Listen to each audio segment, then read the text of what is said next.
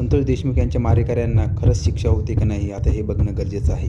समाजसेवक अंजली दमानिया यांनीही वाल्मिक कराड यांच्याविषयी अनेक गोष्टी उघड केल्या आहेत. तर मित्रांनो, जरांगे पाटील हेही मैदानात उतरले आहेत. तर आता या कुटुंबाला न्याय मिळतो का नाही हे बघणं गरजेचं आहे. सुरेश धसे यांनी तर रान पिटवले. तर मित्रांनो, आता याच्यावर चौकशा कोणत्या लागतात, कशा लागतात हे बघणं गरजेचं आहे.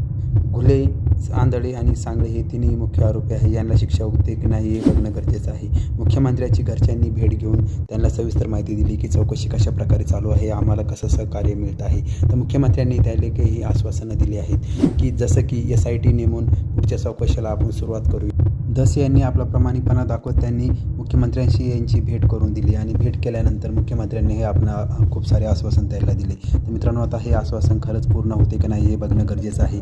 आका आणि आकाचा आका या दोघालाही काही शिक्षा होते की नाही हे बघणं गरजेचं आहे. मित्रांनो, आता हे मुख्यमंत्री याच्यावर कोणते निर्णय घेतात हे बघणं खूप गरजेचं आहे. मित्रांनो, तुम्ही सांगा मला की ह्या कुटुंबाला खरंच न्याय मिळेल का नाही, मला कमेंटमध्ये नक्की कळवा.